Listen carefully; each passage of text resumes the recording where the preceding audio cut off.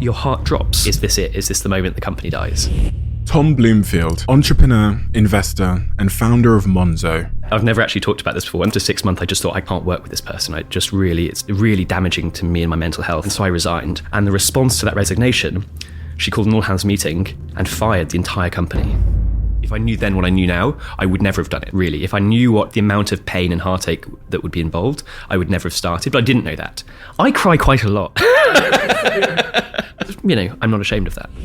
For about 3 or 4 seconds, I'd forgotten what my life was. I was calm, and then 3 or 4 seconds later, all the memories came back, and it was just like this crushing weight. That really was the moment I just sort of knew this is no life. There were no other emotions in my life really apart from just anxiety.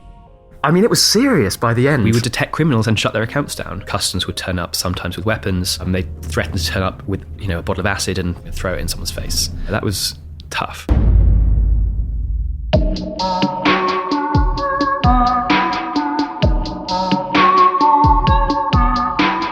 Tom Bloomfield, what a remarkable entrepreneur. One of the UK's recent real success stories, and he and his team managed to disrupt the archaic incumbent banking system at a time when nobody thought it could be disrupted. But man, his story is crazy. Absolutely crazy. And the reason why I started the Diary of a CEO is demonstrated perfectly in this podcast. It has it all: controversy, drama, business wars, depression, anxiety, resilience, success, and failure. And today you're going to hear a particular business story, one that's never been heard before. But Tom felt that today and here was the place to share it. If you're an aspiring entrepreneur and you want to get to the point in your life where you're running a 100 million or £1 billion company, today might be your warning. Because as Tom is going to tell you, all that glitters isn't gold. And the true cost of entrepreneurship, the cost that nobody seems to talk about, is sometimes greater than the reward on offer. This is one of the most emotional, raw, honest, vulnerable, brilliant, gripping conversations I've ever had on this podcast. And I can't thank Tom enough for opening up his diary and allowing us to look inside. Without further ado, I'm Stephen Bartlett, and this is the Diary of a CEO. I hope nobody's listening, but if you are, then please keep this to yourself.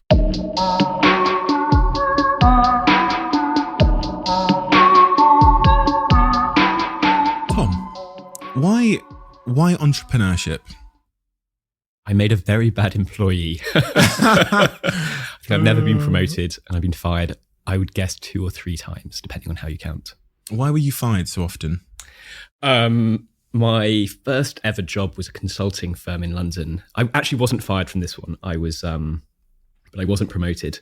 And they said I was highly disruptive, and not in a good way. Not in a sort of, tech founder disrupts industry, more in sort of, annoying junior analyst can't follow instructions. So I think I'm much better founder than I am an employee. Well, what was it about you that was disruptive, though? I want some specifics. Whenever I see a problem, I think that this is in common with anyone who starts a business. I look at the way something's done and immediately start thinking of better ways to do it. Rather than just doing what I'm told, I sort of scratch my head and think, no, this doesn't make sense to me. Why are we doing it this way that we could do it in this other way, which is 10 times faster? I mean, one of my first ever jobs was to, with another analyst, go and count all of the jewelry items on a massive jewelry website. There must have been 1,000, to do a tally chart of the price range. And this guy started doing them by hand. So I scratched my head and wrote a little Excel script to basically scrape the website and just tally them up and go, there's your results. But they didn't want that because they were billing by the hour, and that had only taken an hour of my time rather than 20 hours. And so they could only bill me out for an hour. They're like, no, go back and do it by hand. So that kind of stuff just drove me crazy. And I was always just looking for ways to automate, ways to do things better. I guess that's what led me into entrepreneurship. Have you heard about this idea of first principle thinking? Absolutely, yeah. Yes. My co-founder Jonas at Monzo is I think he would say first principle thinking at least once a day. Because that sounds to me like first principle thinking. You're looking at convention's way of doing things and thinking, well, no, there's a much easier way. Yeah, absolutely. You sort of start from physics and build up from there, really. How's that boded for you in your personal life, though? So, because personal life is full of convention, marriage, school, follow this path. Do you know what I mean? Yeah. And I'm not married, but certainly when I was younger, I followed that conventional path. I went to a grammar school, I did my exams, I got a place at Oxford. I even did a master's at Oxford. So I was following that conventional path towards becoming a lawyer, I guess. But somewhere along the way, I started realizing it probably wasn't for me. But definitely in the early years, that was my path. You built this hyper fast growing business, which was, funny that you used the word disruptor, which was known as one of the UK's great disruptors and still is known as one of the UK great disruptors. Can you tell me why, because when I speak to Shaq, do you know Shaq, Shaquille Khan, Yep. about Daniel Ek? Yep. And when I think about your story, you both made the decision to take on just what many entrepreneurs would consider to be an immovable object. You took on the banking system. Yep. Daniel Ek took on this massive music industry that seemed to be immune to change. I was talking to Shaq about this last week. Oh, really? He texted me last night about Harry's new fund. So I think that's why he's fresh of mind. What gave you the conviction and the confidence that you could take on such a mammoth industry with Monzo? Arrogance, naivety and arrogance, I think, in no small part. I'd already built a company called GoCardless, which is a payment processor. So that sort of taught me that, 3 young guys could get access to the payment system and actually move money around. And banking was a step up from there. It was more regulated, more complicated. But I had the background in payments, and I was an early NatWest user, or rather, when I was young and they were very old, I was a NatWest user, and I was deeply, deeply disappointed. And I think, like any founder, really, a huge sort of dose of naivety. You look at a problem and think it's probably. I think if I knew then what I knew now, I would never have done it. Really, if I knew what the amount of pain and heartache that would be involved, I would never have started. But I didn't know that, and so I had a huge amount of self-confidence, a huge amount of naivety, and just assumed that I could figure it out. And I think we got a really, really long way. And the company's still doing fabulously. So I'm incredibly proud of what we built. I find that point about naivety so interesting, because it almost feels like founders like yourself need to be deluded on one end in terms of their own confidence, right? Because if you look at the stats and all the odds, they're clearly against you. So founders like yourself seem to be, deluded sounds like a negative word, but it's like, for me, I'm saying it in a positive way, almost like deluded or naive to the stats and the probability of this success. Yeah, totally. But also self-aware enough to listen to feedback and to not be blinded by their hypotheses. Listen to some feedback. A lot of the feedback I got in the early days was, this is impossible, you can never do it. Go back to a day job. So I think you do have to be incredibly optimistic as well. But a little bit like investing, I'm doing a little bit of investing now. I think if you have a lot of experience, the downside is you've seen these ideas fail again and again and again. And it's really hard to then leave that baggage behind and look at a company.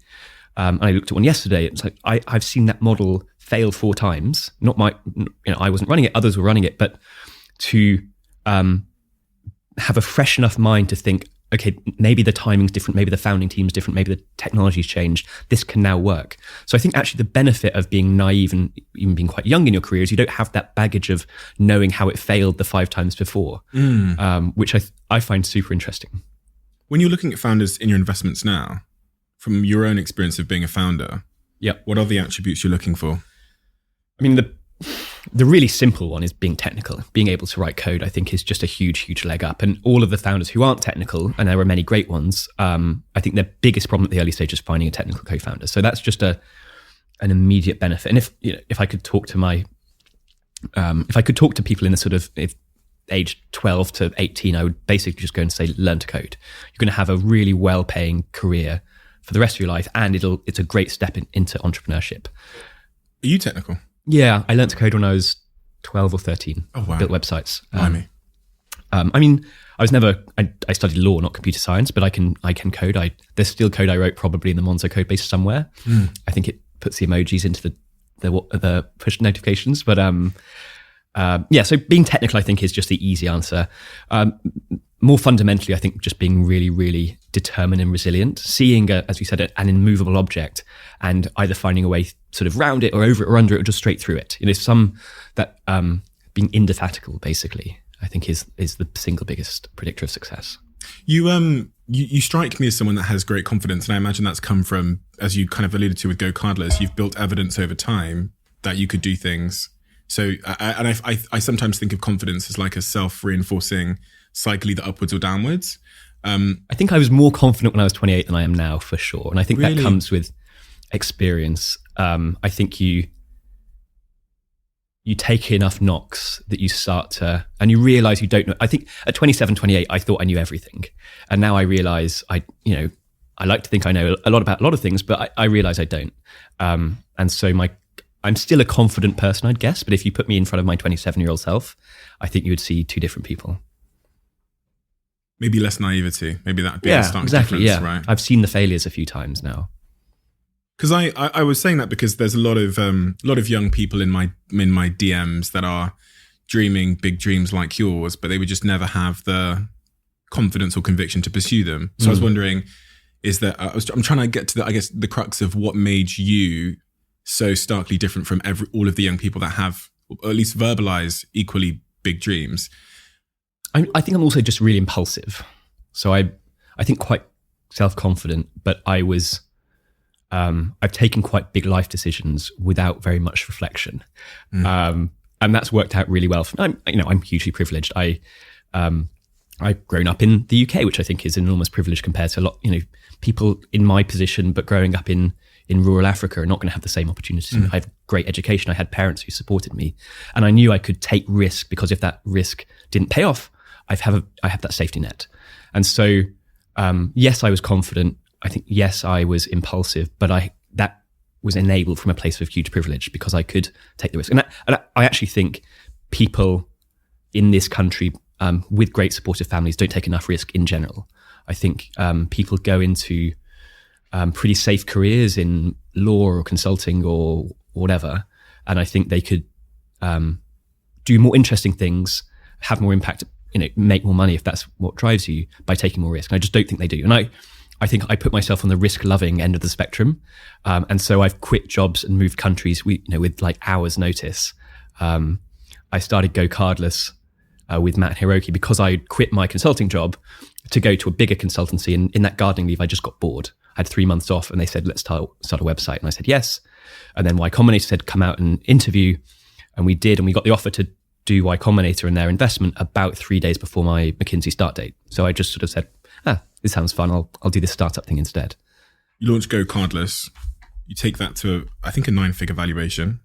It's $970 million at their last round, I believe. That's what was reported. So not quite $1 billion.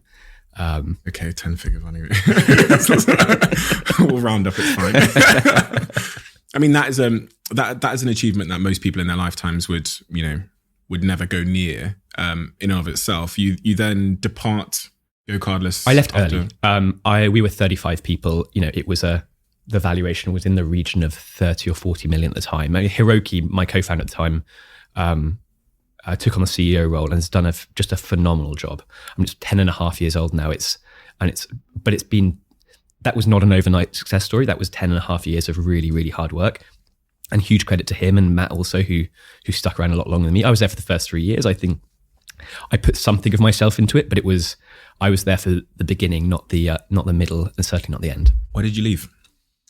I wasn't really I think it's a great company, but I wasn't really passionate about B2B direct debit software. Right. It helps, lots of different suppliers collect money from their customers in a sort of back office way. It didn't have a big consumer brand. It wasn't direct to consumer really. And I didn't, B2B sales I found really difficult and frustrating and not something I was good at. And the tech kind of was built and that had been my role. So I went from there to join a dating site, which is like the polar opposite, all about brand, direct to consumer, really fun every day, terrible business model. Yeah, that was one of the ones I got fired from. Right. I was head of growth and we stopped growing. Oh. Yeah, it was bad. You were head of growth and the company stopped growing. Very self-aware and honest for you to admit that. And in fact, I saw the charts and it looked like a rocket ship when I was sort of interviewing there. crazy 48-hour interview process. I flew out to New York. They showed me sort of their growth charts, really sort of hockey stick metrics. And then it had sort of started to plateau, and I kind of ignored that. I said, okay, that's my job to come in. It had flattened out, and I joined to kind of reignite.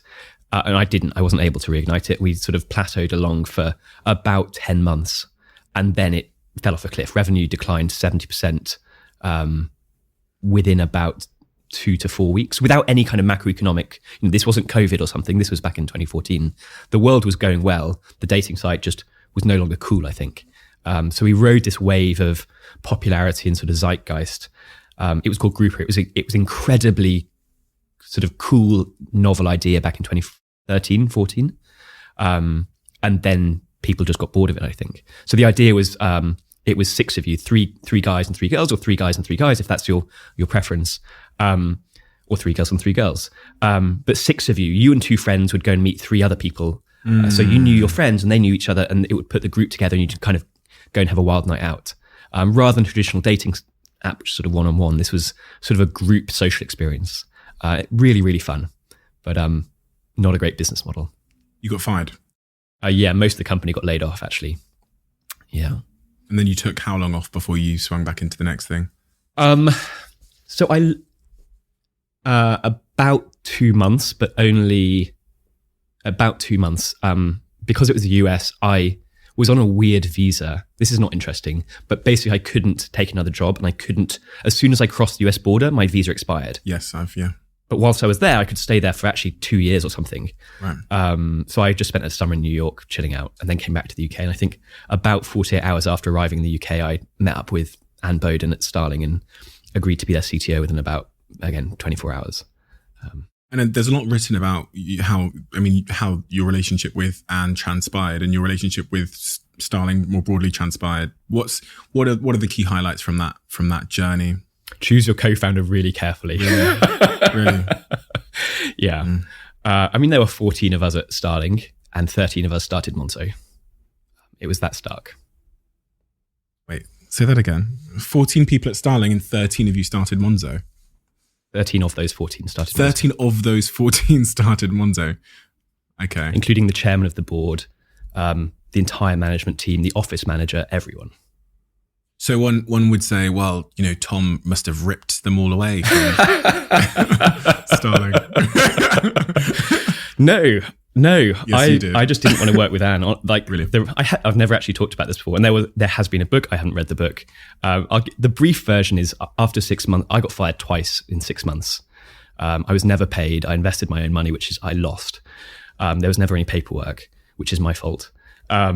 And after 6 months, I just thought, I can't work with this person. It's really damaging to me and my mental health.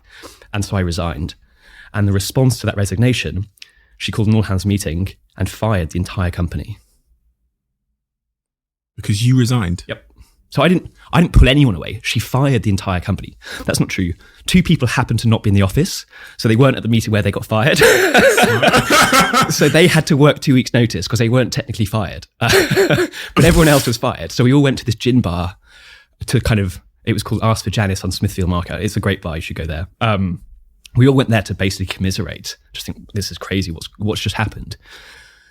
And literally, I think we were there for 2 days, basically, in this gin bar, playing. We all played speed chess. It was this very nerdy kind of 4-player speed. We were playing lots and lots of speed chess, just trying to figure out what we're going to do. And eventually, we think we can do this ourselves. So it wasn't a case of me leading a coup, me pulling the company away. I quit. I was just like, good luck to you. I'm going to go and sit on a beach for a while. And in response, she fired the entire company, which is just, I think, a reflection of the way she operates. I can't quite wrap my head around the idea of one person resigning and then firing everybody as a show of, I don't even know. No, it's not something I would do. Where did that leave Starling though? If they had lost pretty much everybody other than the 2 people that didn't manage to make it into work that day, and they also resigned the day after, to come and work with us. She hired another management team, team. Oh, really? Okay. And it turned out that we weren't the first team. There'd been a previous team as well. Oh, wow. That she'd fired. Wow.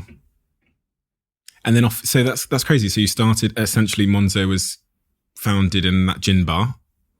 Yep. Ask for Janice. And it's still there. We go back for some of our reunions. Really? Yeah. And how did you feel? So you're fired, from Starling.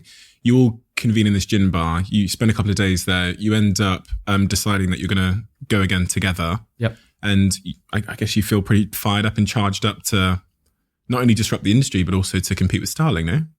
Almost unavoidable, that feeling of, fuck them. Kind of, but I didn't really know that she, Anne was going to rehire a bunch of people. But it was over, right? And there was a big feeling of like, we put quite a lot of work into this actually, and like we've had to leave everything behind. So we had to, rewrite the code base, redo all our regulatory submissions really from scratch, which was kind of like I wish we didn't have to do this, but we did. But in a way, it actually let us. We'd made the mistakes once the first time, so actually that sort of rebuilding process was nice because it was on fresh ground. But yeah, it felt like initially we tried to negotiate with Anne and say, why don't you step down? How can we don't want to throw away this, for some people, they've been there 12 months. Why are we throwing away 12 months of work? And that was a sort of very convoluted week or two, where we almost had a deal a couple of times and it just, similar thing happened, huge blow up, and we just walked away. But no, I think at Monzo, we never really thought about the competition, actually. It wasn't we weren't looking over our shoulder at Revolut or at Starling. It was, if anything, we were looking at the big banks thinking, how can we take market share off them? Co-founders. When you started Monzo, you started with, was Paul Rippin your only co-founder? No, there were, and it was sort of weird actually, because of 13 of us. Like, how do you pick which ones are, they were all literally there on day one. So in a sense, that was the founding team, and they all got stock, like not options, but actually full, stock.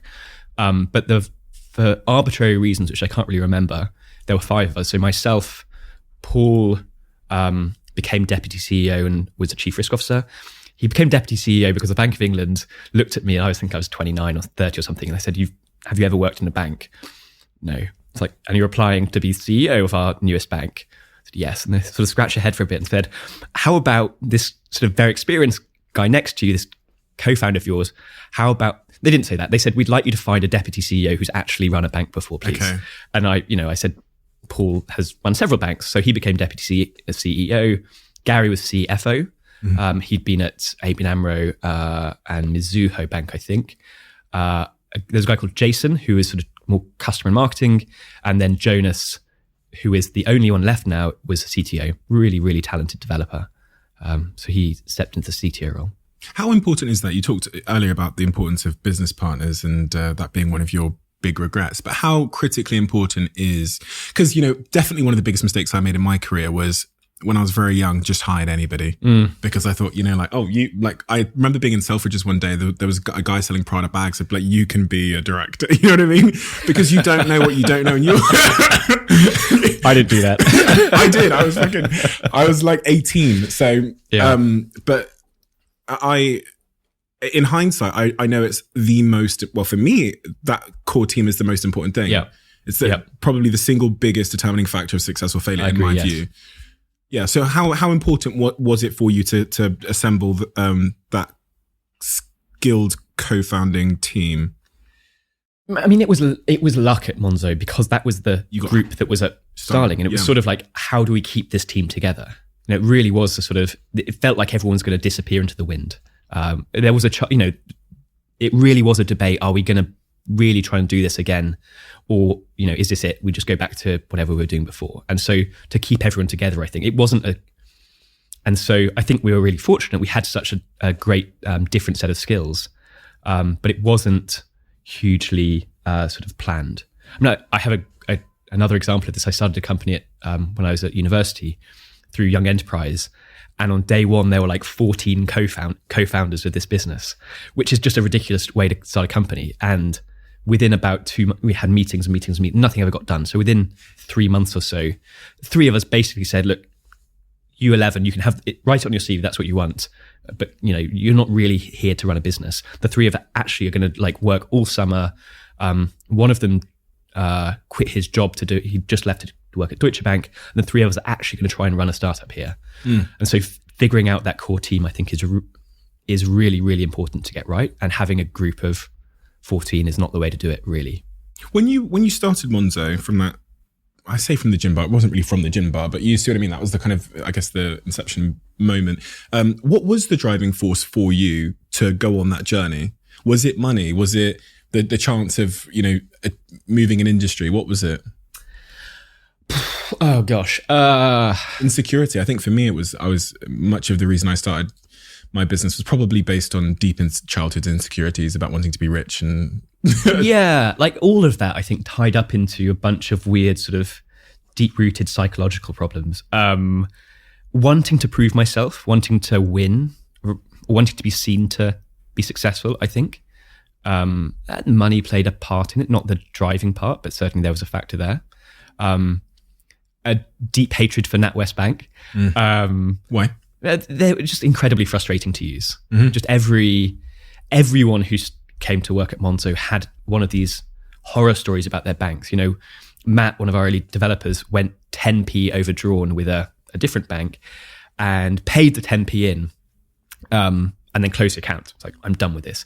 But he'd incurred the charge. He didn't know they applied the charge at the end of the month. So it's like a £5 overdraft fee at that month, which then the month after and month after and month after should have rolled and rolled and rolled and rolled. And 2 years later, they came after him for several £1,000s because he'd been 10p overdrawn for a day.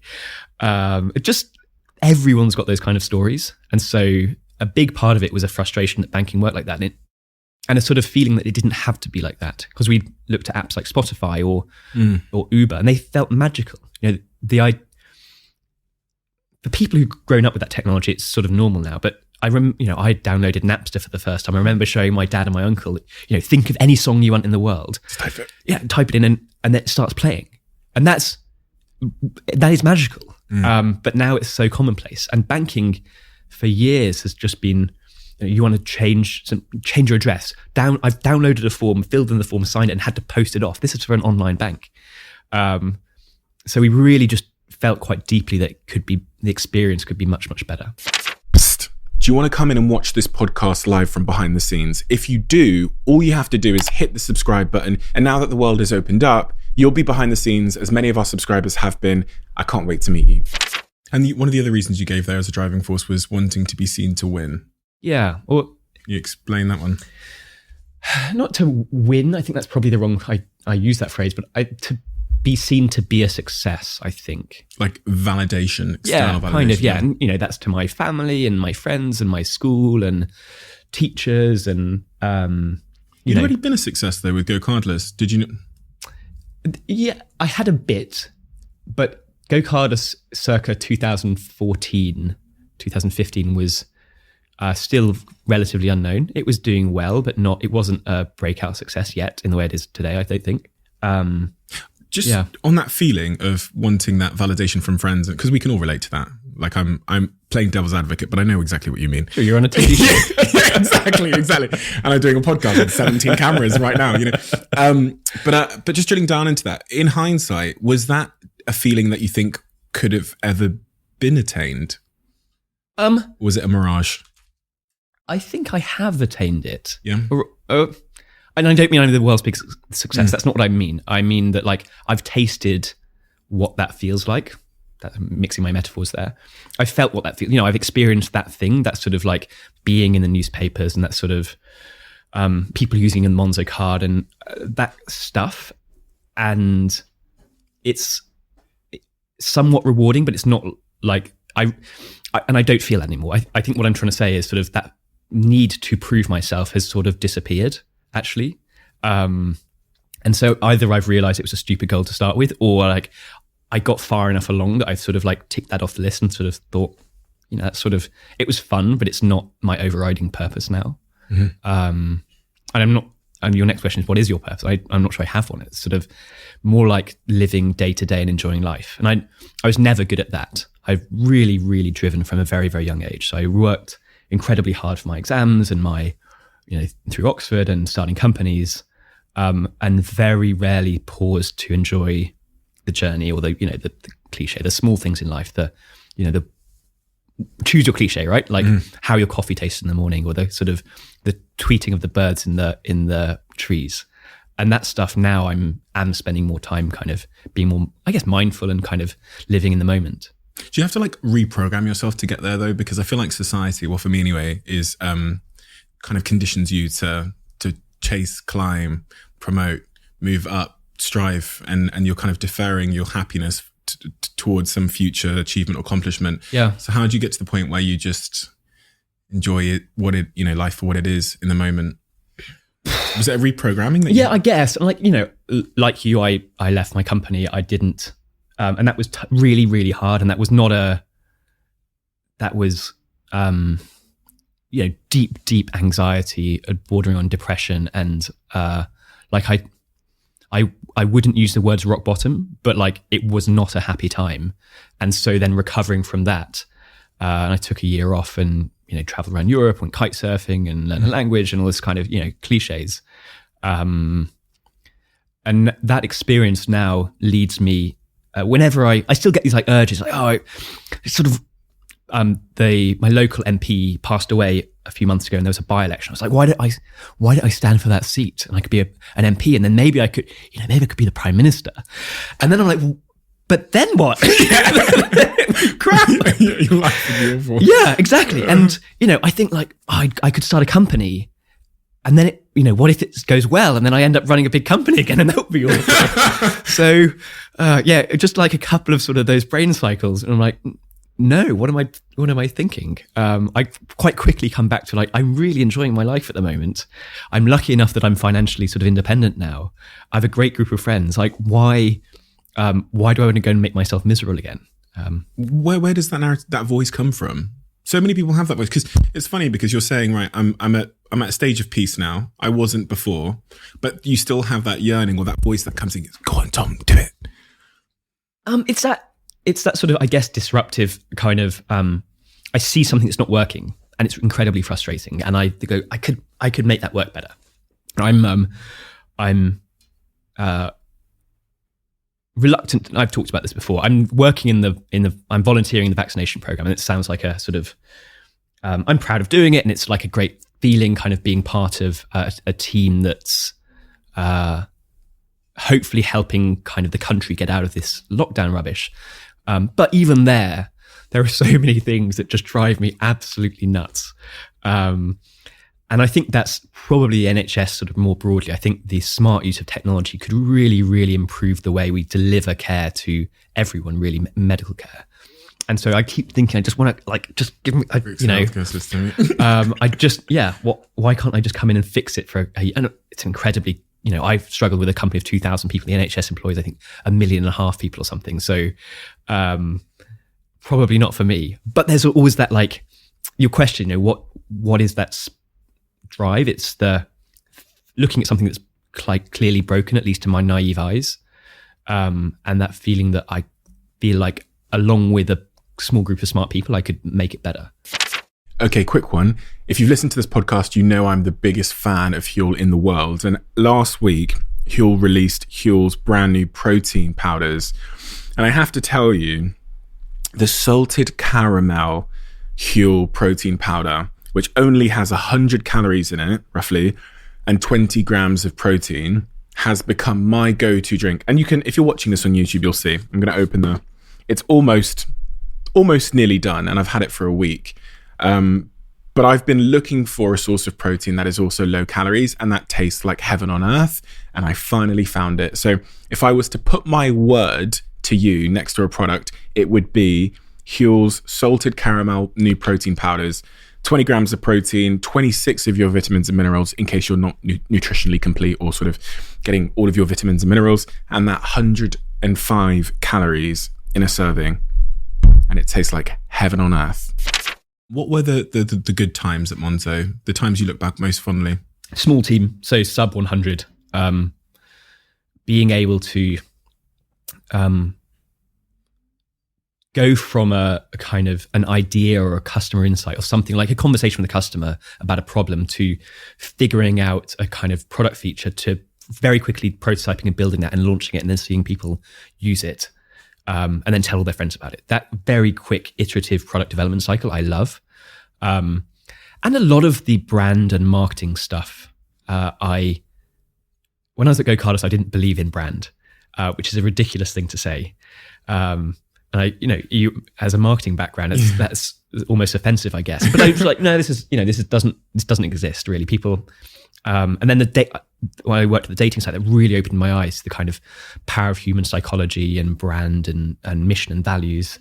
And we really took a lot of that into Monzo, and that it was just astonishing. So we started out, even before we had a product, talking a lot about our mission and some of our values like transparency and kind of community orientation. And that worked so incredibly well. So yeah, it was working with a small team to build the brand, build the product, get it into users' hands really quickly, and then see them enjoy it. I've talked about this a lot before, that feeling of standing in line at a coffee shop and seeing the person at the counter paying with the Hot Coral Monzo card, and then having the bartender or the server say, I've got one of those as well, and then listening to that conversation as sort of an anonymous bystander.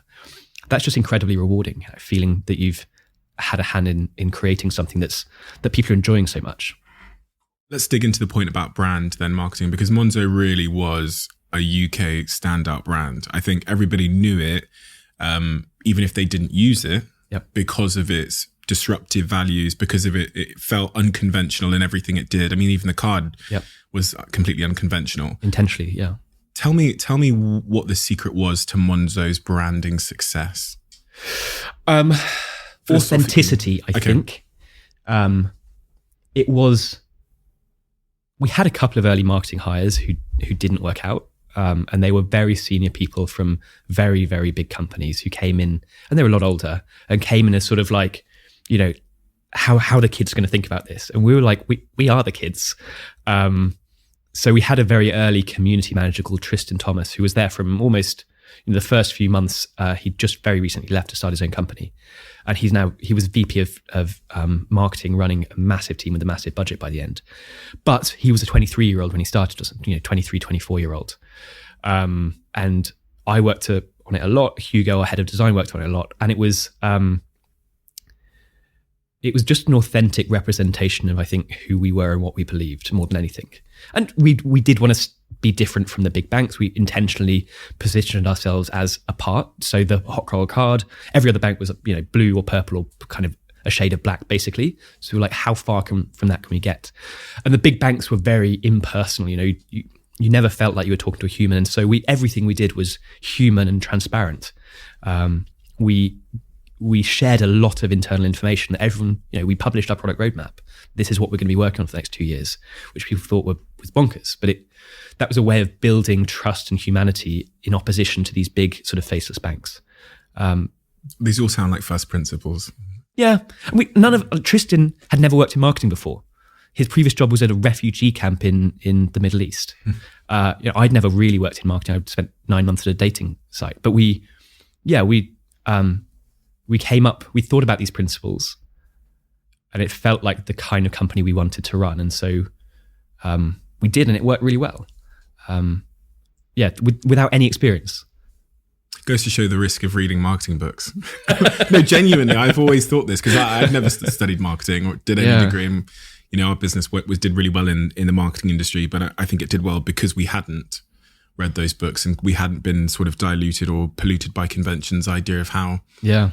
I think this today when I work and go into these family offices and I'm working on the marketing plan, the CEO often will want to hire someone who's done marketing in that industry for 20 years. And you immediately feel that that's the fastest route to not standing out at all and not having any point of difference. Yeah. Yeah. I mean, it depends what you want to achieve. If you are a family office or if you're managing the wealth of, generational rich families, then perhaps you do want to look trustworthy and like everyone else. If you're a challenger bank appealing to 21 to 25-year-olds, maybe you want a different approach. I don't think there's a right answer, but I think authenticity gets you a really, really long way, whoever your target demographic is. One of the things, so we talked a little bit there about your best times at Monzo, and I wasn't surprised to hear that it was when the company was small, because I've heard that before, but I also understand the feeling. And your worst times? Least enjoyable times. Least enjoyable. I never liked fundraising. We did that a lot. I think Monzo's raised something like 600 million, and I probably did 400 of that. That was always tough. And you only hear about the really quick round. The crowdfunding. And we hit $1 billion. The round where we hit $1 billion valuation was very, very fast and very competitive. So it was easy, but all the other rounds were real slog. So fundraising was never fun. We had a weird time with the press where they spent the first 3 or 4 years almost not idolizing us, but certainly building us up. The new kind of the sort of next great hope almost. And we could almost do nothing wrong, which is not healthy. And then we got big enough and it flipped overnight. And just everything we did was we'd get like vitriol for, in a way that I can understand it because it drives readership, right? And it's, there was a point in time where the Telegraph would put Monzo in the headline at least every day. Even if it was a story about one of our competitors, it would be Monzo competitor, blah, doing, it's just like, what, why? And I eventually sort of called out the journalist on this and sort of took him for a beer and was like, look, come on, tell me what's going on. And he's like, look, every time I put your name in the headline, or rather, he's like, look, it's my subs who do it. I write the article, they choose the headline, or my editor. But every time they do that, we just get way more subscribers. It's like, sorry. But it was really the entire, from the BBC to the Telegraph to everyone, it felt like a pile-on in a way that didn't seem fair, really. And not to say that we never did anything wrong, we absolutely did. But even the good stuff we did got negative headlines.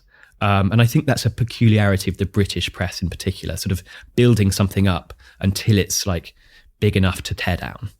And that was just so confusing. That was tough. At one point we had a BBC camera crew outside our office. And this was when we'd grown big enough. We had a small minority of people using Monzo for financial crime, basically for money laundering, for scams. And we'd have to freeze their account, and we weren't allowed to tell them why we'd frozen their account. We'd sort of send the money back to wherever it had come from, which is a very frustrating experience, really. And it's quite strict in the law that you have to shut the account. You can't tell the person. So it's a really bad customer experience. But Watchdog were running a program about this, Monzo freezes accounts. And they brought us a series of accounts that we'd frozen over a series of sort of several weeks, saying, we've got you. And we sort of brought the editor of the program in and said, look, here's the criminal background of the person whose account we've frozen. You're really going to run a program about this? It's like, oh, no, okay. This happened 12 times. And every one of the times we showed the evidence, and like, okay, and on it was the 13th or 14th, like, that one's a 50-50. We block the account, we stand by it, but we don't have cast iron proof. And they're like, great, we've got you. So BBC camera crew turns up, and they'd commissioned a block of ice, an enormous ice sculpture with a frozen Monzo card in the ice that they dumped outside our office, and put a camera crew there for the day to see if they could find anyone walking past it, or to watch the thing melting. Which was like, what's going on? I was like, I started this company to try and sort of build a better bank, and somehow the BBC is camped outside my office trying to, like, I don't know what they're trying to do, drive viewership. But that was deeply annoying. This whole press thing I've heard this a million times, and it terrifies the shit out of me because, joining Dragon's Den, you join, everyone's like, oh my God, amazing. And then someone told me, I think it might have been one of the other dragons that's been there for nearly 2 decades, said, here's what's going to happen. Yep. Is they're going to build you up to a point where you're interesting enough to tear down again. Yep. And hearing you say the same thing terrifies the life out of me. And it happens in tech startups. Facebook? Facebook's a great example of it, but it happens to sports stars, it happens to politicians, it happens to, singers. What advice would you give someone that's don't read the good stuff or just ignore it all, basically. I think it's all, just ignore it all. The hype and the because when they're writing good stuff, that's overblown as well. That's not real life. The bad stuff's also not true. So I just ignore it all. And did that have an impact on your mental health, the worst parts of the press coverage? It didn't help. And I stopped reading it. I genuinely stopped reading it. And I'd have friends sort of come and say it, on a Saturday or Sunday. They'd read the weekend papers and it's like, are you all right? I was like, I'm fine. I hate that, don't you? What have I done? I hate that. That's the worst, because then you've got to justify to people you care about and make them not care. And I'm like, I'm fine. What? And they're like, okay, just don't read the Times this weekend. It's like, never read the Times. That was annoying. But I don't know. So yeah, the press was not fun. Investment was not fun. Regulation got really, really tough by the end because we were a bank, and ultimately if we fail, the government has to step in and refund everyone their money. So the rules there were very, very strict. And because we got so big so early and weren't profitable, that got quite tough. And I'm going through a list of the bad things now. I will stop on the final one, which was just organizational politics. When you get to, we were almost 2,000 people. And when you're 100 or 200 people, you can know everyone, and you develop a really close culture, a really sense of team spirit. You know everyone. You can know everyone's names. You get to 2,000 people and you don't, and you get subcultures. So teams develop their own sort of internal narrative as to why they exist and what they're for. And some teams are like, we're saving the company from this other team over there. And it's, it becomes really not collaborative actually. And you get, especially with some sort of quite senior people, start building their little fiefdoms. And you get this just weird politics and rivalries going on that I'd never worked in a big company before. It was totally new to me. Especially when this is unfair, not everyone, but sometimes when you hire people from big banks, they've grown up with that culture, toxic culture, frankly, and they bring it to a place like Monzo, and everyone's sort of like, what it's weird, what's going on here? But it definitely changed, and that was, having to deal with that was tricky. You talked about not being profitable. I've heard you talk about, that being one of the, probably in hindsight, one of the things you should have thought about more in the early days, which was like the commercial model or the business model of the bank. Yep. Is that fair? Accurate? Yeah, absolutely. Yeah. And we'd thought about it for sure. I think what we didn't do was make the hard decisions to turn the corner earlier. Like we thought about it, and it's not like we blindly ran into unprofitability. We took a series of actions. We knew they were loss making, but we did that in order to acquire users without paying. So basically, we swapped marketing spend. We had no marketing spend, but instead we ran like operational losses. So we'd give away features to customers that would cost us money to get more customers, because it meant our marketing budget was zero. And we grew to 5 or 6 million people we probably spent less than 10 million on marketing total. That's an average cost per customer of £1.50. Great. Yeah. Right. So, but that hides the operational losses. That's our real marketing budget was giving away things like ATM withdrawals for free, for example. And we just didn't take the hard decisions to turn some of those things off when we got to a certain size, and it cost us way too much. Free cards. Yeah. Was that expensive? With that, it's like the long tail. It's the very small number of people who are ordering 20 or 30 cards a year. Most people, they order 0 to 1, that's fine. But some people just lose their card every weekend and they go, shrug, no problem, I'll just order another one and it'll be here tomorrow morning. And that's just annoying and costly. The other thing though, so we should have paid more attention to reducing costs and taking hard decision to drive revenues earlier. We consciously didn't, but part of it was avoiding those hard decisions. The other half of it though is weird. I've thought about it a lot. It's basically how you get almost self-reinforcement from your investors. So you run a business a certain way, you get to a certain scale, and you present it to a set of investors, and the ones who are more or less the ones who agree with what you've done and think it's the right approach will invest. And the ones who think you're bonkers will not invest and they'll go to someone else. The problem is that becomes self-reinforcing because they like what you did before. So they're like, yeah, just do more of that. And it can become a bit of an echo chamber where you just get the group of investors around the table who are all big supporters, who all really believe in the model. And there's not really anyone being like, you're running, you should really think about this other stuff.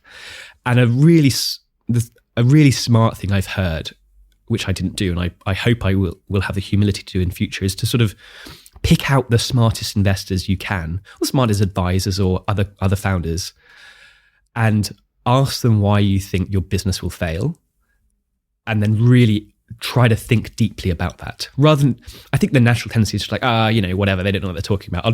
The people who think I'm brilliant, I'll listen to them. But that can become, I don't think you grow as much from that. So really finding the doubters even not so much the haters, but the doubters certainly, and interrogating them about your business and really trying to think through how you can solve those problems. I think that would have helped us a lot. Hindsight's a wonderful thing. Yeah. Now you have some of those answers in hindsight. And what are those answers in hindsight that you wish you'd known sooner? So one of them is obviously, getting to a profitable business model sooner, making those hard decisions. For sure. Profitable business model, cutting costs, driving revenue by taking hard decisions to sort of limit some of the free features and charge to some of the things we gave for free.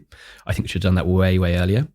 That's the biggest. Any cultural decisions? I know there was a merging of the startup guys and the banking people, which I guess that's necessary, right? Yeah. Struggled to get the banking license without that. And you can see that at Revolut. You look at all their recent senior hires over the last year or two, and it's big wigs from the big banks because they're trying to get a banking license. So I think that's sort of inevitable. And you pay a cost for that. You pay the price.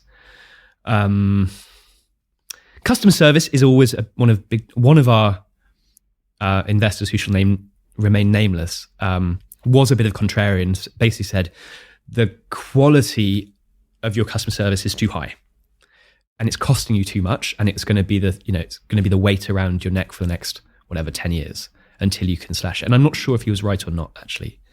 That's one I still debate. I've noticed Revolut's customer service has declined almost month over month for the last 2 years. I've been a customer there and at Monzo, but Revolut, they've made a real significant, it feels like, effort to either cut back on customer service costs or just because they've got more users, they're struggling. Yeah. But from when I joined Revolut, it was just amazing. Yep. And 2 years, almost 3 years on, it's just awful. Yeah. And I think Monzo hopefully it's not awful, but I think it was amazing at the start. And I think it's now variable. I think sometimes it's really, really great, but sometimes you end up waiting a little too long. Sometimes it's a little too hard to talk to a customer service agent, arguably.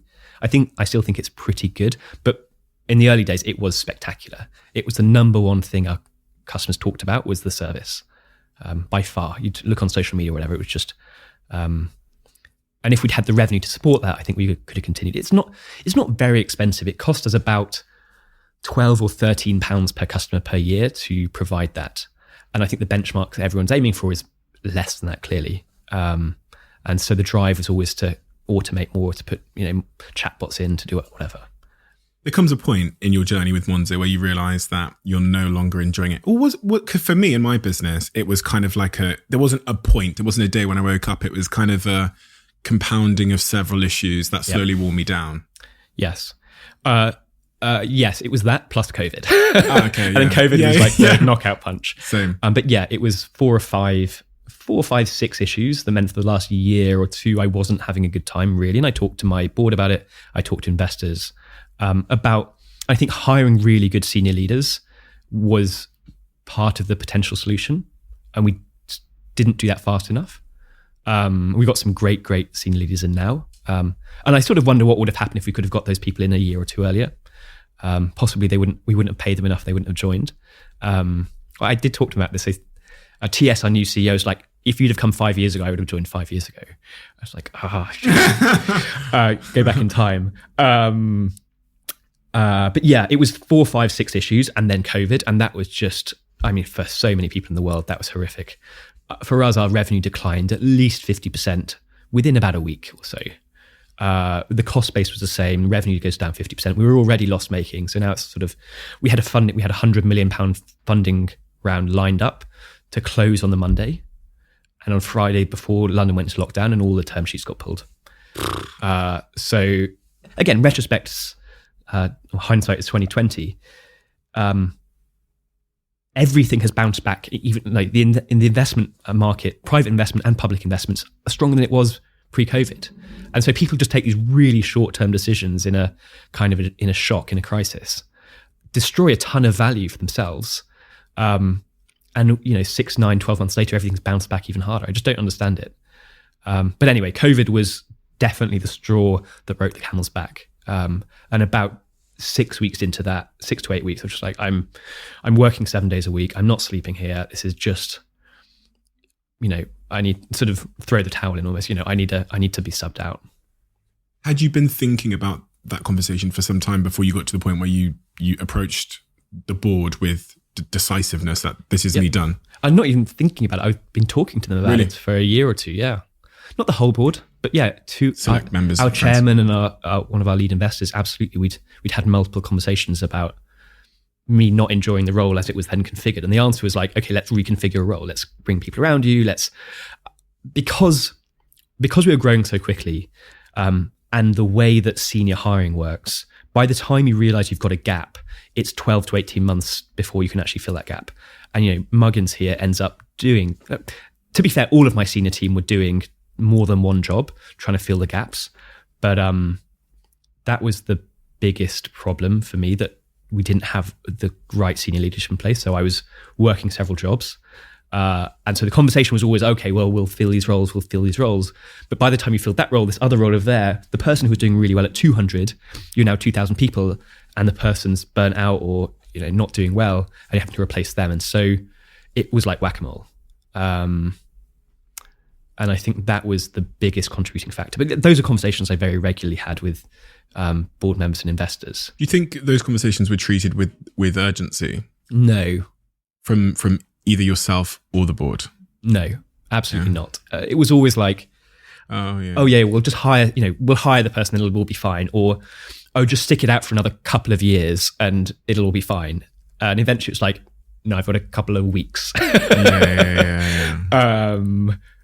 Yeah. I think a lot of them did a huge amount. I mean, Eileen, one of our investors from Passion, personally put in so much time to support the company and to support me, and I'm really, really grateful for that. But ultimately, we just didn't hire great senior people fast enough. That if I can find one root cause, it was that. Do you think if you'd gone to the board with more urgency and decisiveness yourself, that you would have been taken more seriously? If you had said, listen, I'm going to go next week if these issues aren't fixed. Because I'm asking these questions for same reasons as I said before. I went through the same thing where I approached the board and said, I've got some problems here. These are the issues. Can we fix them? And it was probably a little bit of lip service. Yeah. Until the day that I resigned. Yeah. I don't know. I think a lot of people put a lot of effort into fixing it. Ultimately, it was like on me to fix. Sure. No one else is going to come in and hire a really top senior team for me. That's sort of my job. So I don't know. I do wonder whether you really could have got those great senior people in at an earlier stage. The analogy is sort of like a football team. You're starting in I don't know what the 4th division now is called, but you're there and you get promoted and you want to hire someone for the 3rd division, but everyone's like, oh, go and hire Ronaldo. It's like, Ronaldo is not coming to play for a 3rd division team, so it's a constant process of gradually upgrading until you get into the Premiership. And even then, you're Charlton Athletic or something. So I just think it's tough. I don't think there's a magic bullet, actually. Quick one. Since leaving Social Chain a couple of years ago, as you probably know, I've kept my options open. I've worked in a series of companies as a consultant, as a creative director, as an advisor, as an investor, but I've kept my options open. And that is about to change because I'm about to embark on my next chapter, building my next company. And I'm going to tell you guys about it first, but I wanted to talk about something related to that. When I'm building this new company, as I have been over the last 3 months, we need everything from websites to logos to editing work done to some sort of admin stuff done. And it's crazy that even me, even though I have a lot of financial resources, I still turn to Fiverr.com, Fiverr.com, to help me with freelance services. For me, it is a godsend. If you're scaling your business, if you're looking to start a project or you're developing yours, try Fiverr.com. If you go to fiverr.com/CEO, pick a service, try it, and then send me a message and let me know how you found it. I'm going to be paying for 5 people to have their services done on Fiverr.com. So go to that website now, links in the bio, and let me know what you think.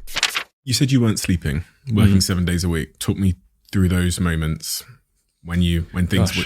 Have you experienced that? I've definitely experienced anxiety and not sleeping well, and an issue usually like payroll or some kind of investor issue plaguing me for days and days, and then getting sick Yeah. And why have I got a cold? I never get a cold. And then of course, because there's no fucking money in the bank or something, Yeah. Similar things. We talked about a little earlier, sort of that depletion of emotional energy, so that you have there's a sort of a problem there you need to take a decision about. Maybe it's like one of your senior teams not working out, and you have to fire them, basically. But like, if I do that, that's going to cause a bunch of other knock-on problems I don't want to deal with yet, because I'm just trying to close this like £100 million funding round. So just let me focus on that. And the realization was sort of when the round closes, when the money's in the bank and that weight lifts, you then look at all these other problems, and they're very, very easy. Actually, like, you re-energize quite quickly and able to take those decisions. But while there's just too many things sort of resting on your shoulders, it piles up and piles up and piles up. And so for me, it was waking up at sort of 4 or 5 in the morning, often with problems in the cold light of day are relatively easy to solve, but the conscious part of your mind gets turned off when you're sleeping. It's a sort of subconscious, like, irrational part that blows the thing into a unsolvable problem. And the next morning, you write it down, you come back to it the next day and go, that's ridiculous. Why am I even worrying about that? So it's not a rational thing. It's much more of an emotional, or at least for me, emotional response. But because you're tired, you make worse decisions, and because you make worse decisions, you end up creating more problems for yourself. And the solution is easy to say and hard to do, which is exercise more and stay off alcohol and get to bed early and don't have your phone in your bedroom and like turn off your computer at the weekends. All this sort of stuff you should do. But when each one gives way, the next one's harder. You haven't slept well, so you don't want to go to the gym in the morning, and because you don't go to the gym, you blah blah blah blah blah. So you can either get into, I think, really good reinforcing cycles, or very destructive kind of negatively reinforcing cycles. Because you knew your mind was going to do that when you fell asleep, did you, upon getting in bed and laying down, presumably you knew that your mind was then going to run off with all of the thoughts and worries. Did that make that process just before you fall asleep quite unpleasant? Yes, and you sort of going to sleep almost inevitably knowing you're going to wake up at 4 a.m. is quite annoying, to say the least. And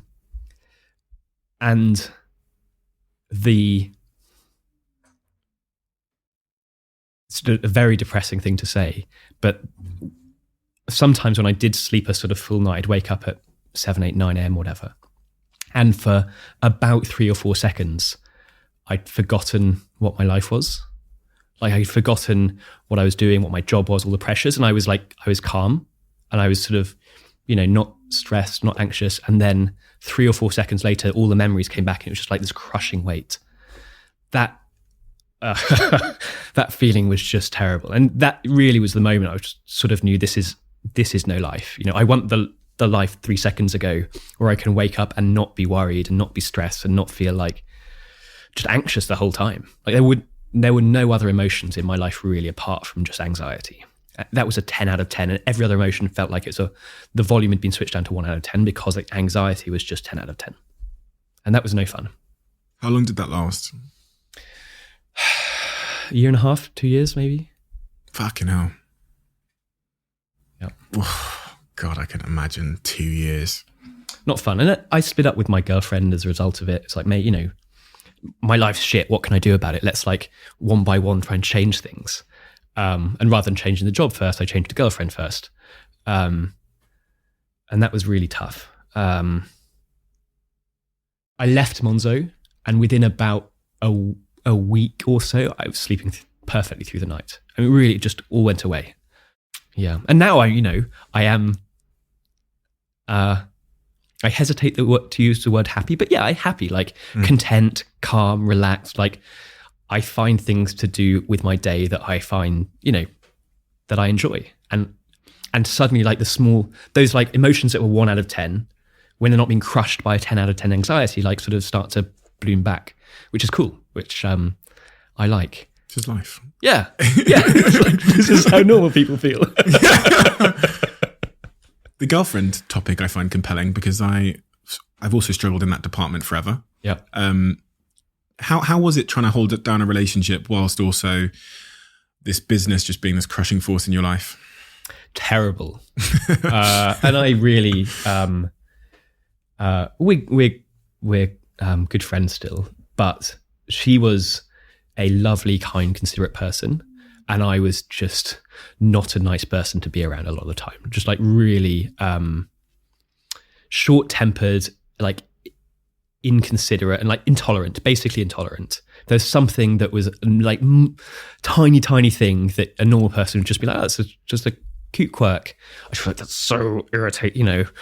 And so we just ended up not enjoying spending time together, sadly. And I think she was doing a lot to try to, you know, make our lives together wonderful. And I was just a monster primarily because my work was so shit, which I regret a lot. It's interesting. So when what I noticed about myself is when I had a girlfriend at the height of my CEO bullshit, I would make her feel incredibly lonely, even if I was sat next to her, because I was selfish and self-absorbed, and I wasn't interested in anything but my own problems. And I also didn't particularly want to talk to her about them, because that was just, I felt like it would grow the problem if I then went home and just brain dumped on her. Do you think it's possible for a CEO that's in a high intensity situation to have a successful early stage relationship? I mean, I never managed, but I believe it is possible. I've seen other people do it. And then I think part of it is maturity and detachment, but not in a bad way. And I mean detachment from your job, being able to compartmentalize. So Paul, one of my co-founders, a little bit older, and I think he had a really great ability to sort of come to work and be fully present in work, and then to go home and just totally switch it off. So as soon as his head hit the pillow, he was asleep. He and his wife run a lovely alpaca farm in the north of England. And he was just really good at having sort of compartmentalizing his life. I think similarly with TS, the new CEO at Monzo, he's an older guy. I think he's in his 50s, has run big banks before, and finds it challenging and exciting and a little stressful, but I think is able to go back to his family and sort of switch that part of his brain off. And I could never do that. It was all consuming, sort of emotionally, that I would never, even on holiday, I could never switch off the nagging feeling about the work. So towards the end, there was a little bit more detachment, and talking to Jonas, my co-founder as well, I think he took everything so personally in the early days, and sort of 6-7 years in, there's a bit of detachment. And I think that's actually really healthy, to realize that your entire person is not intrinsically linked to this company. And you can leave and the company will continue, and maybe the company fails and you'll still survive. And that's sort of, by the way, I think Monzo is doing incredibly well and it's not going to fail. But just that emotional realization that you're not like the same being as your company would have been helpful earlier on. I heard you had a red phone in your bedroom or something. Is that true? Yes. Why was it red? It was more like a sort of childish pink color, actually. Right. Okay. The red phone is probably a dramatization. I think I did describe it as a red phone. It was it was an old Nokia. And why? So the reason why is, first of all, because to help sleep, I didn't keep my own mobile in my bedroom. So I turned it off and I had it charging out in the hallway. Nice. Which I think I encourage everyone to do. I think it's great because the first thing I used to do when I wake up, and sometimes I do it still, is like you grab the phone and and that's just not healthy. So not having the phone in your eye last thing at night, not having the first thing in the morning, just charge it in another room. That is a great step. Unfortunately, when there are really significant problems at 3 or 4 in the morning, and it doesn't happen often, but it happened occasionally, you need to be able to wake the senior management team up and the CEO up to make the hard calls. And so that phone was like the bat phone. If something went wrong, that would be the only one in my room. No one had the number. It was linked to our automatic alerting system. So at Monzo, if something went wrong, you sort of click a button, it would escalate. And if it got escalated far enough, the CEO gets woken up. But only that system had the phone number of this phone. And so if it rang, it was because the bank was down. And that happened a handful of times. Not every week, but every 2 or 3 months sometimes. What an awful phone call. Yeah. Oh, yeah. And it wasn't a person, it was a bot, it was a robot saying, like, wake up. There's an incident, you are required to blah, blah, blah, blah. It's like, ugh. Yeah, it's horrible because I you know can it's see gonna by be, your hand gesture then how it felt. yeah, your heart drops, and you know it's going to be the rest of your week, if not your month, is going to be ruined. And you don't know if this is like the one that's going to kill the company. We had a few like that. That's like, you know, is, and I think a lot of founders have like those moments like, oh shit, is this it? Is this the moment the company dies? And there's often not a lot you can do actually as your engineers running around trying to fix a problem, and you getting stuck in is not going to help things. So you're sort of almost like a helpless sideline observer.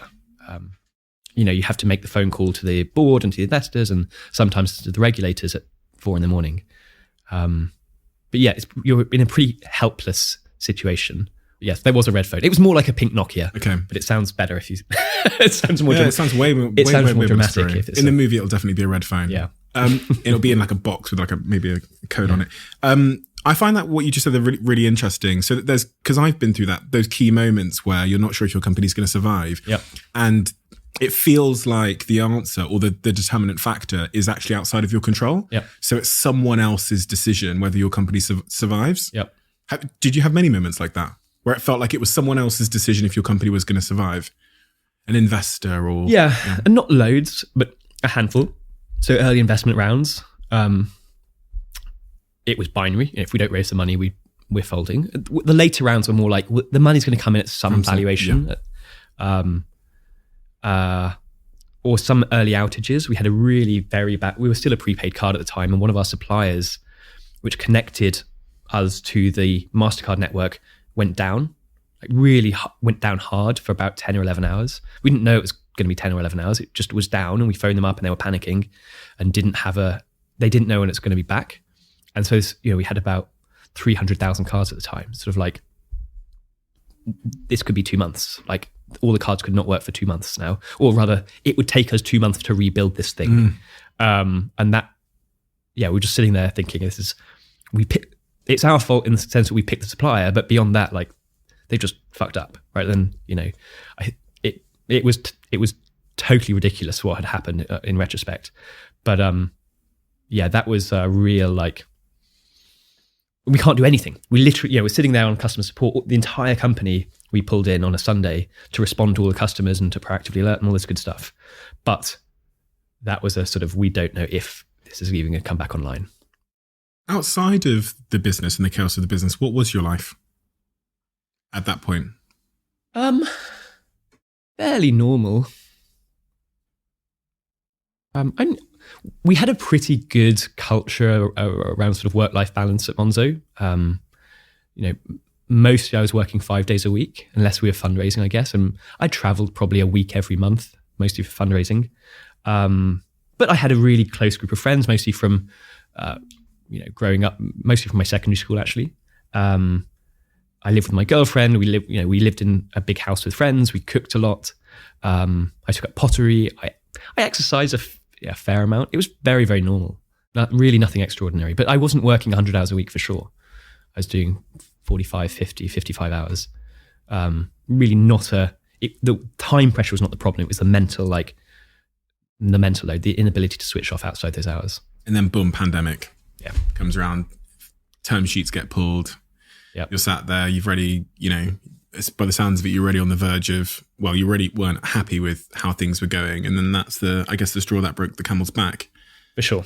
When you realized that you were going to depart and you knew there was a date, you knew people were going to know, you knew it was going to come out in the press, what were the range of emotions? And was sadness one of them? Yeah, definitely. 80% was just like, I can breathe again. So it was overwhelmingly positive for me. And I'm not afraid to say that. And so I don't want to build it up and, it's a sort of negative thing really. But there were 20% things like sadness that I was leaving a team that I really, really liked overwhelmingly. Guilt that I'd recruited many of these people and some of them had joined to come and work with me. And that I was leaving them to kind of fix the mess. Guilt, I think, was more than sadness. Were there tears shed? I cry quite a lot. I was gonna say, it's what I cried as well when I went through a range of emotions. My first one was I was angry a little bit because, as I said, I'd been given a lot of what felt like lip service. Yeah. So I was annoyed at first, but then when I realized that I was actually going to send the email, it was like gratitude, and some kind of like sad or happy tears. Yeah. So I did an all hands. I announced it on a video call with like 1,500 people or something, and I definitely welled up at 1 or 2 points there. In a genuine way. But what I have learnt over the last few years is that vulnerability is the best way to inspire, is confidence, trust, sort of become a leader, to show if it's genuine. You can't sort of, just the fake tears, but genuinely like showing your emotion and showing your vulnerability and showing your screw ups is such a powerful way to inspire followership. And so I wasn't afraid of that or embarrassed by it. I was sort of welling up on a call with 1,500 people, but it wasn't the first time I like practically cried in front of the company. And it was, I'm not ashamed of that. So, and then the weightlifting. Yeah. Great. What a feeling. Oh my gosh. When no one can fucking email you and, It was great. Actually, it was great, but then we were in the midst of a lockdown and my house was having building work done. So I had to get out of my house with 4 housemates. We went to a farmhouse in Devon, which was idyllic, but everyone else was working. I had no job. It was in the middle of nowhere. It was pretty boring actually for quite a while. I think if London had been booming and I could kind of go out and meet people and have fun, it would have been a great experience. But actually, that's especially if you remember sort of thinking back to April, May of last year when everything was really hard, sort of locked down still. April, May 2020. Not a fun experience really. And I think I am an extrovert. I've thought about this a lot. I get energy from being around people, and I was with 4 people who were just working all the time and in the middle of rural Devon. Yeah, not fun. But I mean, it's a lot to go from having such an intense, overwhelming purpose and sense of mission every day to having pretty much none. Yeah. And waking up in the morning and thinking, what am I going to do today? What happens today? It's weird because my time was, especially Monday to Friday, was scheduled from sort of 9 a.m. till about 7 or 8 p.m. was scheduled down to 5 minutes easily. And you'd look at my diary, you wouldn't find more than 5 minutes spare sort of in that block. So yes, having nothing to do was kind of weird. And so I wrote a list of all the things I wanted to do. I've actually had this list for 5 or 6 years. So I started looking down the list for things I could do whilst in lockdown. Many of the things I couldn't yet do. So I started drawing. I spent 2 or 3 months drawing. I saw that Hockney had started using his iPad. So I started drawing on my iPad, which I only kept up for about a month or 2. But learning a language was on the list. I bought some kite surfing gear and did a load of kite surfing, which was amazing.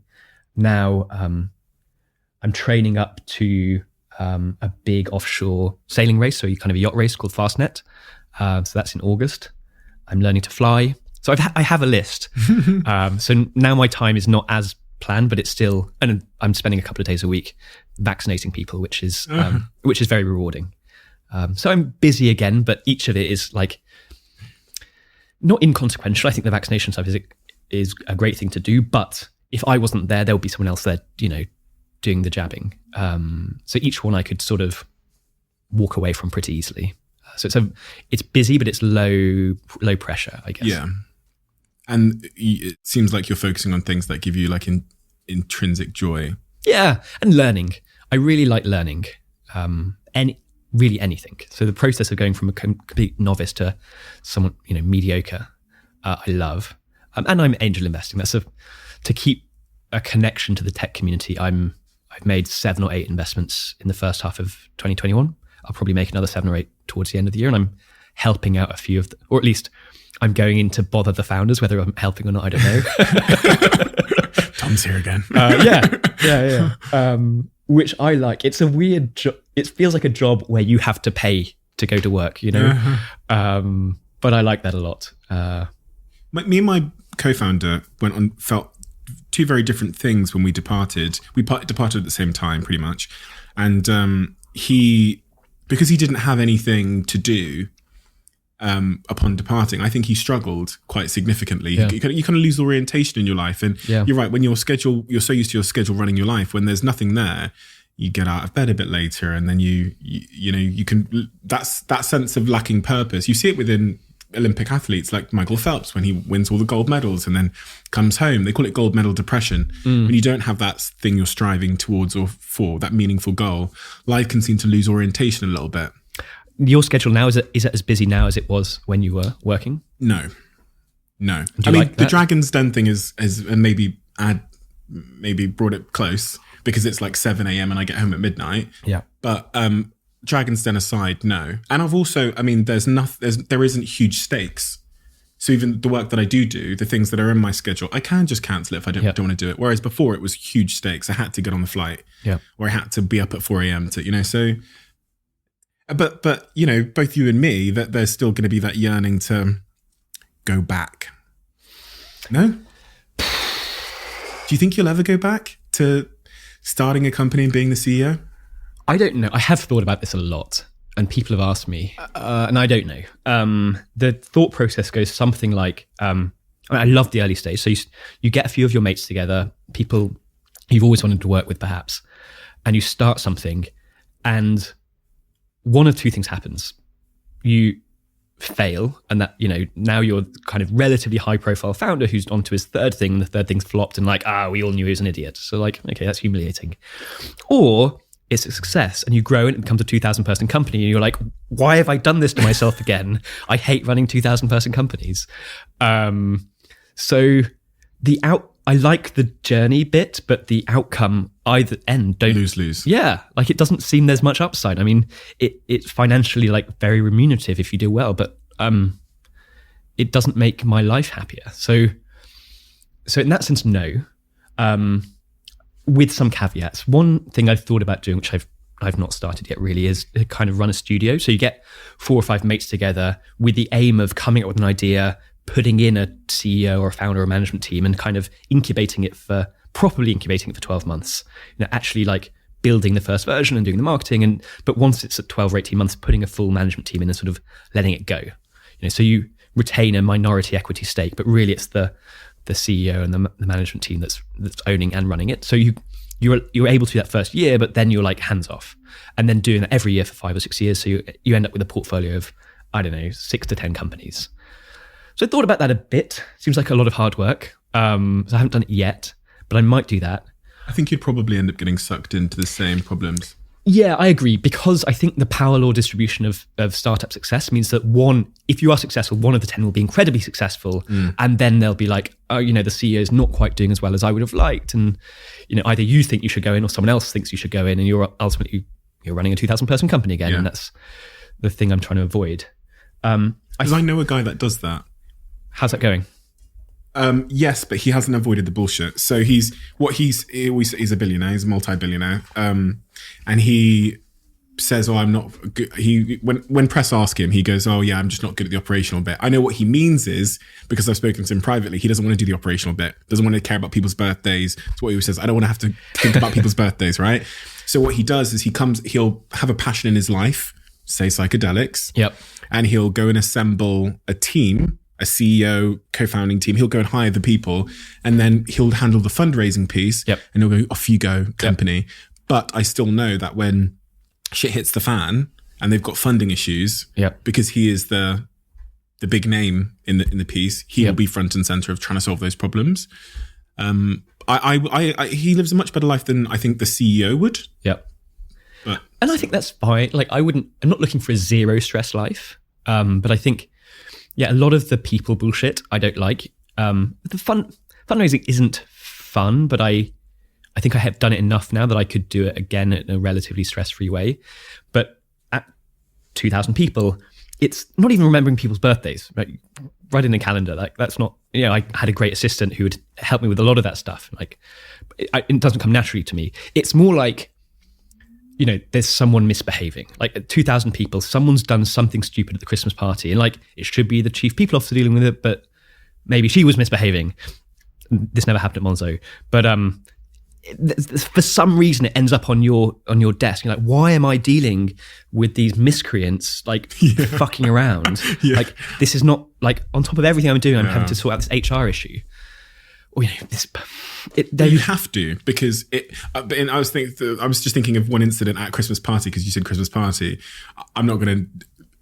Me and my co-founder stopped. Like, we would go until 8 p.m. and then bounce, leave. Just be like, this is not. Because it'd be too much alcohol and and when you're 50 or 100 people, you know each other so well that, like, people, I don't know, maybe we're just lucky, but people sort of respect boundaries and behave themselves. You're at 2,000, just law of averages. Like, there's 1 in 1,000 people is going to do something stupid. So you have 2 of them now at 2,000 people doing something stupid every party. It's like they're going to get fired for.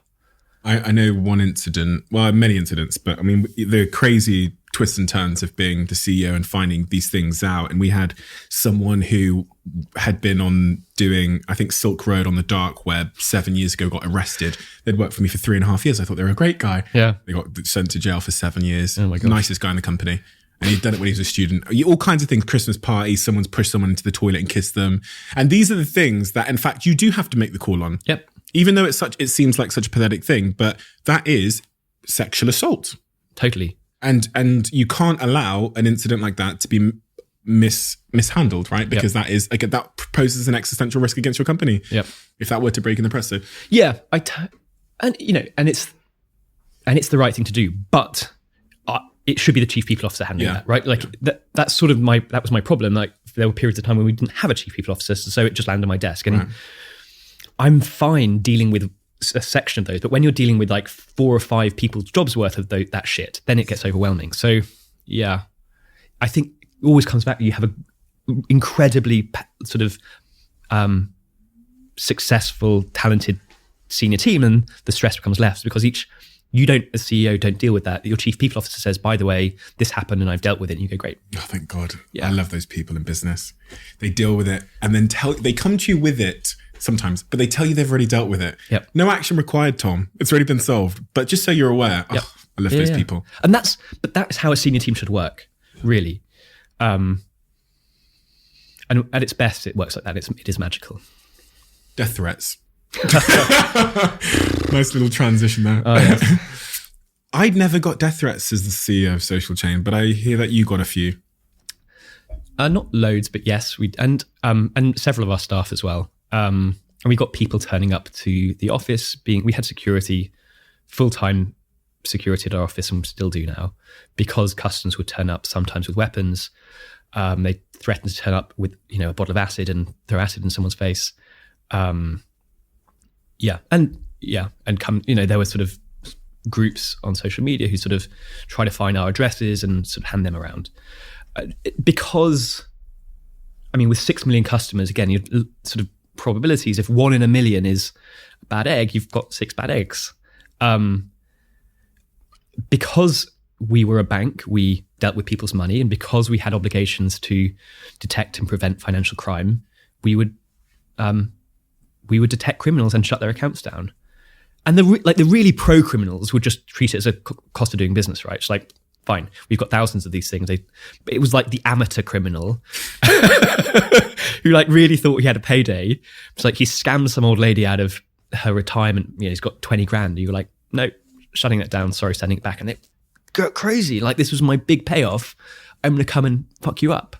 And clearly there were times when we blocked accounts incorrectly. If you're blocking tens of thousands of accounts, you absolutely are going to get it wrong occasionally. And sometimes it takes too long to get money back. And we work really hard to get that time period really, really as quick as possible. But still, the law gets in the way. You have to report it to the National Crime Agency. You have to wait for them to get back to you. And it can take 4 weeks. And they just don't get back to you. So it's like, okay, we'll give them the 4 weeks and then we'll refund you. So there are rare cases where you're sitting on a legitimate customer's money for 4 weeks and they're going ballistic because they can't feed their kids or whatever. But a lot of the time it's a scammer who's like, they would phone up and they would have a record of a baby playing in the background. So, I can't feed my baby. And really? Yeah. So yes, it was never the professional criminals because they just treat it as a cost of doing business. And by the way, there are a ton of those, and we caught way more than our fair share. We were using a lot of basically machine learning to track sort of weird patterns and shutting their accounts down. We work very, very closely with law enforcement to shut a bunch of these things down. Some of them were like wild. There was a big ring a couple of years, no, probably 3 or 4 years ago now, where if you go to a fuel pump, you can you basically you sort of pay at the pump. Yeah. But what it would do is pre-authorize a penny on your card. You'd pump your fuel, and then it would calculate how much fuel you'd actually spent, and then take the payment. So people get a Monzo card, put 1p on it, swipe it, and then go with a modified Ford Transit. So it's not like a 80 quid of petrol. The whole thing was a fuel tanker. So they'd put 10 grand of petrol into their Ford Transit and then just drive off. And the payment on the card would bounce, and they'd go and use that to they'd sell it to whoever wants petrol, like hauliers, farmers, whatever. But they're basically scamming all of these petrol stations. So we spotted that pretty quickly and shut that down, which I'm really, really proud of. There were several people trafficking rings where they would bring in women from often Eastern Europe and then traffic them for sex, basically. And you'd spot patterns of behavior, like patterns of spend, which suggests basically someone is being driven around in an Uber or a taxi to be pimped out. And we'd spot that and work with law enforcement to actually go and rescue people, which is amazing. That's an amazing, amazing feeling. But those were mostly the pros who were like, meh, you got us this time. We've got these other rings, so whatever. But it was mostly the amateur ones who'd get really, really angry. They'd scammed 3 or 4 grand out of someone. And sounds like a lot to think about, Tom. Yeah, there's all of this hidden stuff. You think of Monzo and it's like the hot coral card and some great branding. I thought it was just a nice coloured card. Oh my God. I mean, it was serious by the end. Running a bank is serious. We were processing, I don't know, £100 billion a year or something of payments. It's a lot of money. It's people's salaries. 6 million customers. You see their whole life. You see the great stuff and you see the terrible stuff. Were you ever scared or threatened personally? Did you ever feel threatened personally in terms of your personal security? Was there ever where you thought, actually, I do feel a bit unsafe here? I had security. We got a security firm to come and look at my online profile, look at my house, and figure out how much of it I was in danger, and that was a bit unsettling. And there were times when, especially when we had customers saying, we know where your office is, and you don't know who I am, but I'm going to come with a bottle of acid and I'm going to throw it in someone's face, so that as you left the office, there was a bit of a little apprehension there, certainly. But no, in general, no, it wasn't something I live with every single day, but it was on your mind, certainly, in a way that I think most people at most companies, thankfully, don't have to deal with that kind of shit. But now you're enjoying the small things in life. Yeah, maybe I should go back to therapy now and maybe it could make it even better. What are those small things in life that you're enjoying? What are they? Yeah, walking in the park, I heard. So my housemate's got a dog recently. That's quite fun. A lot of my friends have just had children, so not me, but I'm godfather to a couple of young kids. My brother has a young girl now. A disproportionate amount of kids. You're getting same as me. I am the godfather to all of my friends' kids now. It's I'm not sure I have any friends left really who are not either parents or trying to become parents. I'm 35, so I'm trying to find new younger friends now so I can avoid that stage of my life for another few years. I love pottery. I'm learning to fly. I'm sailing. I love to cycle. I kite surf. A lot of active outdoorsy stuff. I'm growing plants on my roof. My courgettes have just come out, which is, they're great. What about your relationships? Are you single, taken? I'm dating. Dating. I am dating. I've always been intrigued by dating apps. I worked at one. I've written about 20% of a book on one. Oh, wow. But over the last 12 years, it's not going to get finished. Right. So I've been intrigued by that sort of whole scene for a while. And I'm dating and sort of having fun, but I'm not not good at settling down, I think. Or I don't know, maybe I've just not met the right person to settle down. I don't know. I really enjoy meeting new people, but after 6 months or a year or something, I'm sort of like, I don't know what it is. That's sort of like deciding to commit to each other and spend the rest of your life together. I really admire people who are able to do that, because I have not yet been able to do that. Have you managed to analyze where you think that might come from? Like inability to be content. This is what I should go and talk to a therapist about. No, because I'm asking for myself. Actually, I was just wondering if you figured it out. I like novelty. I really like new things, new experiences, and I get bored quite easily. I don't know. Yeah, probably. I think combining psychedelics and therapy to solve this problem might be my next challenge. Have you ever done psychedelics? I haven't. Neither have I. I would love to. Yeah. I really would love to. I wish I could say I had. I'm trying to, but it's just finding the right place and time, I think. Yeah. So what's so we look forward at the future of your life. I guess a lot of question marks. You're not really sure which direction you're going, because I think you kind of answered yourself at the start about your purpose in life now. Yeah. And what your purpose is. I don't have one, and I'm totally fine with that. Yeah.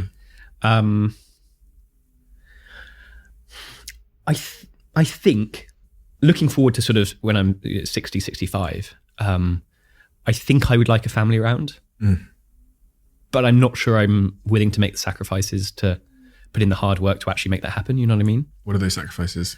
Like giving up the fun single life, like the bringing up a baby I've seen it secondhand. You know, I'm not doing it day in, day out, but it's hard, really. And I have huge respect for that. I'm just not sure I'm willing to sacrifice my freedom and my total lack of like obligation for that future pay. Lots of people find raising babies rewarding, I've heard. Oh my God. I do not. But that sort of future payoff of having, you know, that kind of close family, I can't imagine being 65 and not having that. But then I'm not sure I'm going to like make the sacrifices today to have that. That's sort of something I'm puzzling around in my head. But apart from that, just sort of enjoying life and helping out other startups is a nice way to feel like I'm giving a little bit back without taking over my life at the moment. So for me, that's enough. What do you think about, I was meaning to ask you, I'm glad I remembered. What do you think about Bitcoin and cryptocurrencies generally? Terrifying. I don't understand it. I invested a little bit. It went up a lot. I thought I was the smartest person in the world. It came down again. I sold before I lost any money, really. It was too stressful. There are two questions there, which like, what do you think of cryptocurrency long term, and is it useful, versus like, what is your experience of riding the roller coaster over the last year? Long term, I don't know. I can see how it's interesting, but I think it's at the moment massively overhyped, and I haven't really seen any cool applications in reality yet that solve a real human problem. That may change in future. And then the former bit, like the crazy speculation, I was checking the price of Ethereum every 15 minutes or something. It was that's just not healthy. So I got out, and I'm again sleeping much better now that I've liquidated my crypto positions. What about you? Are you a believer? I am. So I did the whole 2017, 2018 hype cycle, got burnt pretty bad there. And then I'm a believer in blockchain as a technology. Yeah. I don't actually invest in Bitcoin at all. I invest in Ethereum because I'm slightly involved in building a company in Silicon Valley which is based on Ethereum. But I'm also not. I'm fortunate that I'm not checking the price every day.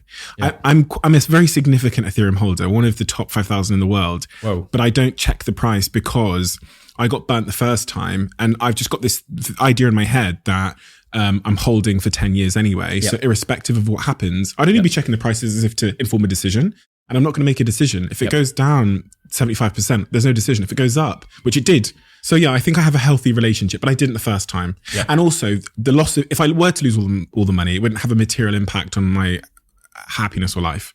I've heard smart friends say similar things, which is basically you're basically hedging against the risk that this is like the future of the economy. And so take between 5 and 10% of your like net net assets, put it in crypto and really leave it for 10 years. Yes. And so if it is like the future of money, you have a significant enough proportion of that you're like well set up. If it goes to zero, you've still got the other 95% to sustain you. And I'm well diversified across various different sort of asset classes. So if I genuinely lost all of my Ethereum holdings, I don't think I'd lose a night's sleep.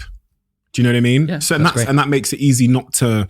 But when I was at Social Chain, I hadn't had an exit or I hadn't taken any money off the table at all, and the price went down, it was like, I was going up and down with the price. So again, it comes back to that video game mindset, and I think the detachment point. When I started this podcast, Tom, I did it for very much. When I read your story, I thought, fuck, this is exactly why I started this podcast, because it's literally called The Diary of a CEO. And what I was trying to achieve there was to give people a more honest view about what it takes to be a CEO. And because I didn't necessarily, I think that it's been kind of, rock star, like a jet ski, whatever, millionaires, loads of money, private jet. Whereas there's a real, as you've explained, cost, which people don't appreciate, of being a CEO. And so when I read your story, I think in the papers, and you were so honest and open about the real nature of being a CEO, the side of being a CEO that I can also very much relate to. That's why I just needed you to come here and to have this conversation with me. Thank you. What is the upside of being a CEO? I mean, I think it is amazing. And I don't want to sit here and kind of complain about my life. I think for smart, ambitious, talented people, it can be incredibly remunerative. I mean, I'm financially independent now, and as are you, right? And I think you can create a lot of value, but also like capture some of that value personally, like, and make money. Like, that's true. You can choose the people you work with, which I think is really, really, really important. So you can select the people around you and to choose who you spend your time with, and you get to create something, if you're successful, that random people in the street use, and that feeling of having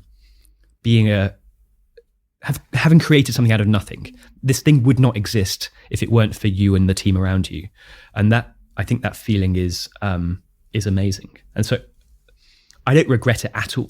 I'm lucky now that I'm 35 and I don't have to work really unless I want to. And all of my other friends are successful in their own careers, but they're going to be working till they're 60 or 65. And so, yeah, it's hard and it's stressful, but I wouldn't change it for sure. I would do some things differently, or I'd try to. I'm not sure it would change the outcome. But I think today, for smart, ambitious people, I think becoming a founder is probably one of the best choices they can make if they are of that mindset. It's not for everyone, for sure, but I think if you're ambitious and confident and want to create something, it's unparalleled. And the sort of the foundation of all of this, the most important thing, I guess, is to make sure that you're happy. Yeah. And I never thought about that. I mean, that wasn't part of my upbringing. That was always secondary. Yeah. It was always like achieving or accomplishing a goal or winning. And the thing that I think I personally, I don't know about anyone else, any other founders, but I never paid enough attention to whether I was happy.